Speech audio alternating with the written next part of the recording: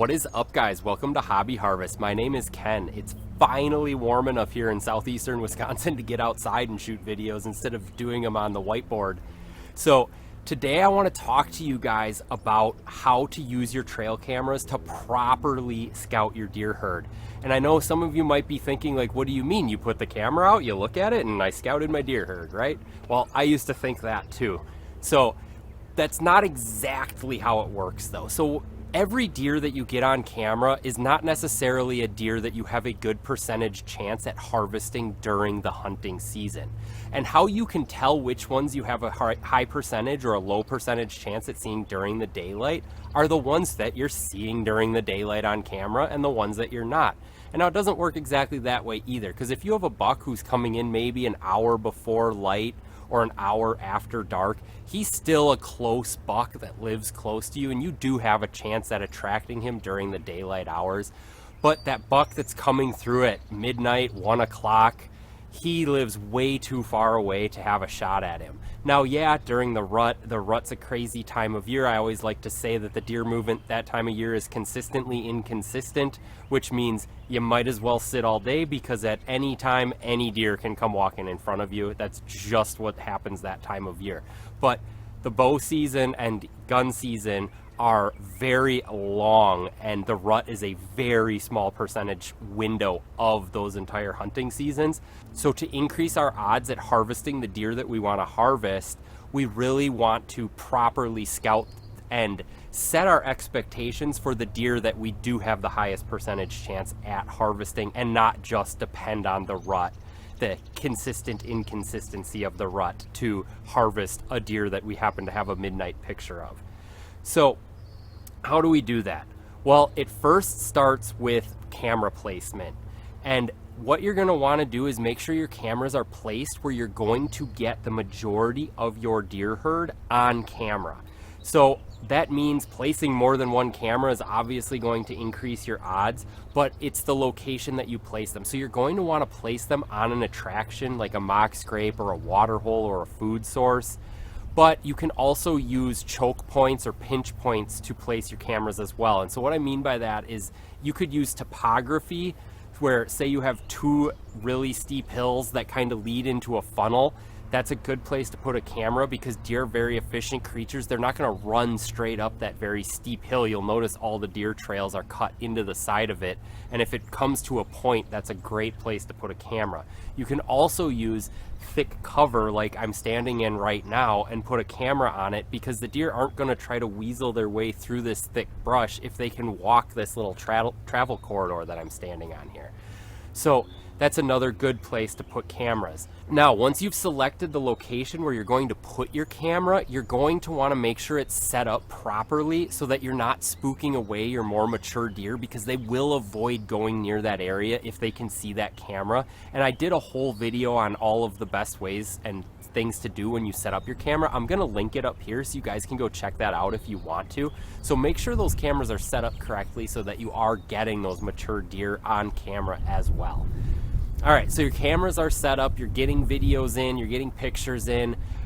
What are you looking at, right? Deer. Yeah, there's deer on there, and you go, wow, look at this big buck, and that's awesome, and it's so exciting, and that's awesome. I love checking cameras. It's one of the highlights of doing all of this. But how do you start to categorize them? Well, I'm gonna tell you how I do it. So what I do is I take every buck I have on camera over a period of time, and I classify them. I put my biggest buck at my 100%, and I put the nubs and the spikes down at my 0% mark. And then I figure out what the middle is. What is my 50% of all my bucks? Is my 50% line a fork, or is it an 8-pointer? What does my top 25% look like? And then I can begin to think of my deer herd as that's a top 10% buck, that's a top 25% buck, that's a top 50% buck. Now, the other thing that you're going to want to do is classify not just all of the bucks you have on camera, but the bucks that you're seeing during the daylight on camera. And not necessarily just the daylight. An hour before light or an hour after dark also counts as a daylight buck to me. but you're going to want to take those bucks and put them in a different, smaller pool that isn't every buck you have on camera, because your chance at harvesting one of these bucks in this smaller pool is much higher than harvesting one of the random bucks in the larger pool. So what does that 100% buck look like in that small pool? What does that 25% buck, that 50% buck look like in that smaller pool of bucks? And I like to set my harvest goals off of that, because I know that that gives me a good chance at harvesting my target area, target percentage of the pool that I have a high percentage at harvesting. Now, yeah, you can try to harvest this 100% buck that's in the big pool that only comes through at 1 o'clock in the morning, but the likelihood, if that's the only buck you're going to pull the trigger on, you're going to be going home empty-handed that season more times than not. So you really want to be targeting this smaller pool and a percentage of that smaller pool to make sure that you're harvesting a deer each year, if that is your goal. Now, some guys are more than happy to harvest a doe just to get meat in the freezer and then target only that small percentage of those midnight bucks, hoping that they come through during the rut, which is most likely your chance that you're going to have getting one of them, because they're not going to come through at a different time of the season if they're not a resident buck in that smaller pool. All right, so once you've done all of this, I also like to compare my bucks to my does. So 50% ratio is a good ratio to have, but you have to keep in mind that those bucks are all coming from a much larger range, and the does you have on camera live like right here. So those does are going to be, even though they're going to be equal in population to the bucks, are going to be in a much smaller to those bucks larger territory around your area. So the does, you should be seeing them consistently almost every single day on your food sources if you have food plots. And you'll, after a while, after you see them on camera or see them from the stand every day, you'll start to actually be able to tell them apart. You'll know that, oh, that's the doe with the two fawns, the one's got a little limp or whatever. Or that's the doe that's got one fawn, she always comes from this further corner of the plot. Whatever, you'll actually start to see their patterns, because does are super predictable and you'll be able to tell them apart.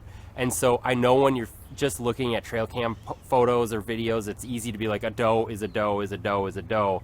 But after you do it for a long time, or see a lot of photos and videos, and I do recommend setting them to video, all of mine are set to video, you just see a lot more information on them, especially with the technology today. All of my trail cameras are 4K HD.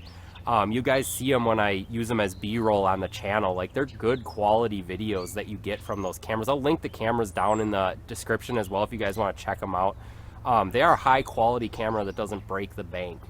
But with that information, you get to see how those deer act, how they behave with each other. You'll be able to tell if there's two doe groups together that don't necessarily always run together, because they'll kind of fight each other and push on each other and not really like that they're in each other's bubble, but they'll still tolerate each other a little bit better than a buck would in that situation.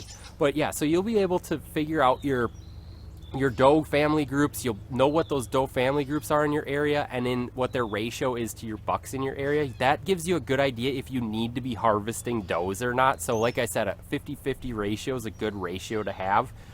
But if it's off of that, yeah, there's trigger control, but there's also just don't put out food during the summer, because that's what's going to build all of those does in that area. My food plot's a wasteland right now. Like, everything else around here is greening up and my food plot's just dead right now. I'm not trying to attract deer this time of year.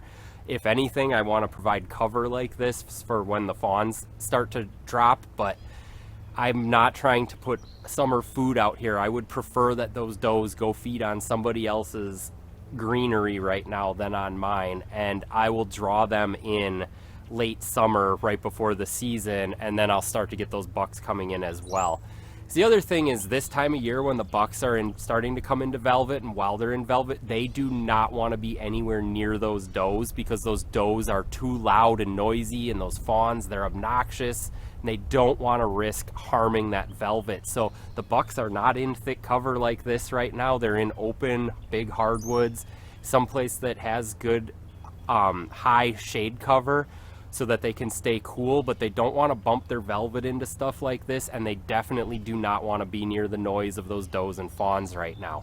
So if you're attracting does this time of year, you're kicking your bucks out of the area for sure, and it doesn't harm them to go feed somewhere else. And then when you get your food plots going and you attract them late summer into the fall hunting season, they'll come right to you because you're providing the highest quality food source to them at that time.